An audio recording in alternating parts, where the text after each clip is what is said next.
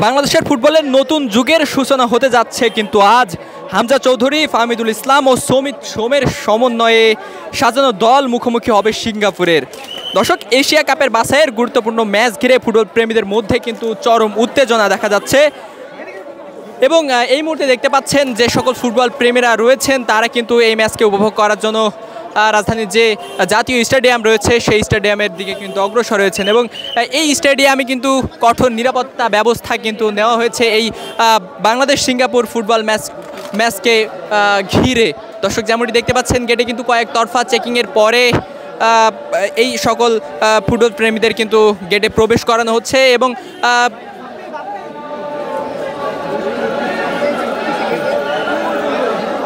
দর্শক এই ফুটবল ম্যাচকে ঘিরে আইনশৃঙ্খলা বাহিনী কিন্তু কঠোর অবস্থানে রয়েছেন এবং দর্শক, আমরা এই মুহূর্তে কিছু দর্শকের সাথে কথা বলবো এবং তাদের থেকে জানার চেষ্টা করব আসলে এই ম্যাচকে ঘিরে তাদের প্রত্যাশা।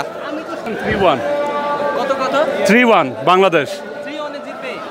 আমেরিকা সিঙ্গাপুরের যে একটা নতুন প্রজন্মের খেলোয়াড় রয়েছে ইরফান পান্ডি, আমাদেরও আছে, সমস্যা নেই, আর প্লাস আমাদের home advantage, so 3-1 for Bangladesh. দেখছি হামজা চৌধুরী ভুটানের সাথে গোল করেছে, তো আপনার কি মনে হয় আজকে ওই গোলটা ভাই দেখার মতো একটা গোল ছিল, মানে কোনোভাবে চিন্তা হামজা যে গোলটা পাইছে আর কি, যেটা জামাল ভাইয়ের কর্নার অ্যাসিস্ট ছিল আর কি।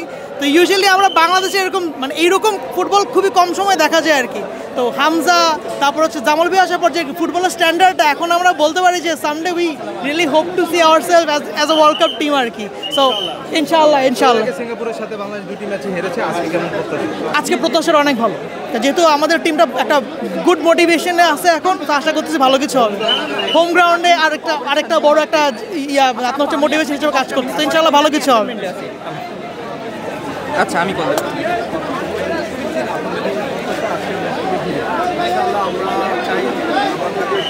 দর্শক, যেমনটি দেখছেন এই বাংলাদেশ সিঙ্গাপুর ম্যাচকে নিয়ে বাংলাদেশের যে সকল ফুটবল প্রেমীরা রয়েছেন তাদের কিন্তু ভিন্ন রকম প্রতিক্রিয়া আমরা একটু দেখতে পাচ্ছি। দর্শক, আমরা আরেকটু কথা বলবো। আসলে কি মনে হচ্ছে বাংলাদেশ কি জিতবে?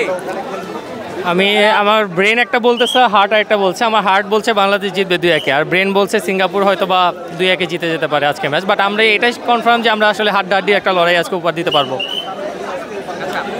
সিঙ্গাপুরের যে একজন নতুন প্রজন্মের খেলোয়াড় রয়েছে ইরফান পান্ডিকে নিয়ে আসলে কি ধরনের পরিকল্পনা করছে বাংলাদেশ? তারা মনে হয় 2 ভাই সম্ভবত, আমি যদি ভুল না করে থাকি, আজকের ম্যাচে মনে হয় স্কোয়াডে আছে। তো তাদের নিয়ে পরিকল্পনা বলতে আমি বলবো ভুটানের সাথে ম্যাচে আমাদের খুব একটা পরীক্ষা দিতে হয়নি আসলে ভুটানের সাথে, কিন্তু সিঙ্গাপুরের সাথে আজকে পরীক্ষা দিতে হবে। সেখান থেকে আমরা বুঝতে পারবো যে আমাদের ডিফেন্সিভলি আমাদের সেন্টার ব্যাকরা আসলে কতটা স্ট্রং এবং আমাদের আসলে ঘরোয়া লিগের চ্যাম্পিয়ন টিমের যে সেন্টার ব্যাক 2 জন তাদেরকে আসলে স্কোয়াডে না রাখাটা কতটা বুদ্ধিমানের কাজ হয়েছে, এটা আসলে আজকের ম্যাচ থেকে বোঝা যাবে কিছুটা। যে সকল খেলোয়াড়গুলো বাংলাদেশে আসছে এর মাধ্যমে বাংলাদেশের ফুটবল ভবিষ্যৎ কোন দিকে দেখছেন? অবশ্যই উপরের দিকে, পারফরমেন্স গ্রাফ এবং সব কিছু আমরা দেখতে পাচ্ছি প্রবাসী খেলোয়াড়দের মাধ্যমে। আসলে তারা তো আসলে বাংলাদেশি প্লেয়ারই, অরিজিন যেটাই হোক না কেন, অরিজিন তো বেসিক্যালি আমাদের কোর প্লেয়ার তারা। সো আমি বলবো যে এই অন্তর্ভুক্তিটা আমাদেরকে আসলে ইন্দোনেশিয়ার মতো আমরা সাকসেসের দিকে হয়তো চলে যেতে পারি আমাদের অরিজিন প্লেয়ারদের অন্তর্ভুক্তির মাধ্যমে। এবং ভবিষ্যতে আমরা যে ইয়াং প্লেয়ার আছে এর মাধ্যমে এটা আসলে আমাদের নতুন প্রজন্মে যারা এখন উঠতি প্লেয়াররা আছে, নর্মালি যারা নন প্রফেশনাল সোফার বা ফুটবলের স্বপ্ন দেখে ভবিষ্যৎ ফুটবল হয়, তাদের জন্য এটা একটা আসলে উল্লেখযোগ্য একটা বার্তা হয়ে যাবে, যাতে তারা ভবিষ্যতে হয়তো একটা সময় ফুটবল হওয়ার স্বপ্ন দেখবে। ধন্যবাদ ভাই। আসলে বাংলাদেশ ফুটবল ম্যাচকে ঘিরে যে আপনারা দেখতে আসছেন, আপনারা কি মনে হচ্ছে? আমাদের বিশ্বাস বাংলাদেশ আজকে ভালো রেজাল্ট করবে এবং 3 পয়েন্ট আমাদের দরকার। আমাদের যে সি গ্রুপে আমরা মোটামুটি এখন 2য় অবস্থানে আছি। ভারত গত ম্যাচে জয়লাভ করার কারণে তারা পয়েন্ট টেবিলে উপরে উঠে আসছে। আজকে যদি আমরা জয়লাভ করতে পারি আমরা পয়েন্ট টেবিলে উপরে চলে যাব এবং আমরা হোপফুলি আমরা এশিয়ান কোয়ালিফায়ার মূল রাউন্ডে আমরা যেতে পারবো ইনশাআল্লাহ। মানুষের ক্রাউড, অনেক মানুষ এখনো ওয়েটিংয়ে।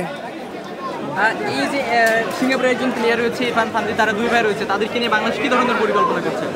ওয়ার্ল্ড ক্লাস প্লেয়ার ইরফান পান্ডি এবং তারা 2 ভাই এবং তারা ইউরোপিয়ান স্ট্যান্ডার্ডের প্লেয়ার এবং গত ম্যাচে মালদ্বীপের সাথে ইরফান পান্ডি 2 গোল করেছে। আমাদের বিশেষ করে রক্ষণভাগ যদি একটু তার দিকে একটু আলাদা নজর রাখে এবং তার হাইটটা একটু বেশি, এই বিষয়গুলো বিশেষ করে সেট পিসগুলোকে যখন বিশেষ করে স্পেশাল কোচ হয়তো বা পরিকল্পনা করছে। কি মনে করছেন বাংলাদেশ কতটা গোল দিবে আজকে, কি প্রেডিক্ট করছেন? আসলে এই বিষয়ে বলা যায় না, আমরা চাই ভালো খেলুক এবং জয়লাভ করুক। গোল যদি এক গোলও হয় কোনো সমস্যা নেই, 1 গোলে ব্যবধানে জয়লাভ করলেও আমরা আমরা চাই যে 3 পয়েন্ট এখানে। বাংলাদেশের যে নতুন প্রজন্মের খেলোয়াড়গুলো আসছে তার মাধ্যমে কি বাংলাদেশ বিশ্বকাপ একদিন খেলতে পারবে? অবভিয়াসলি খেলতে পারবে, আমরা তো এখনই আশা। এই যে আজকে এই ক্রাউড আপনাকে কি বলে, এই ক্রাউডই হচ্ছে এই প্রশ্নের উত্তর। এত মানুষ ফুটবলের দিকে মানুষ ঝুঁকছে, এর উত্তর হচ্ছে এটাই যে মানুষ আকাঙ্ক্ষা করে বাংলাদেশ 2030 ইনশাল্লাহ ফুটবল বিশ্বকাপে কোয়ালিফাই করবে ইনশাল্লাহ।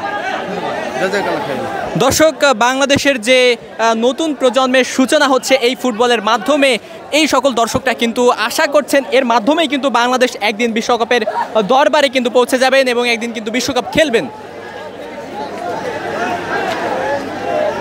দর্শক, জাতীয় স্টেডিয়াম থেকে সরাসরি যুক্ত ছিলাম আমি ফরিদুল ইসলাম ইমন।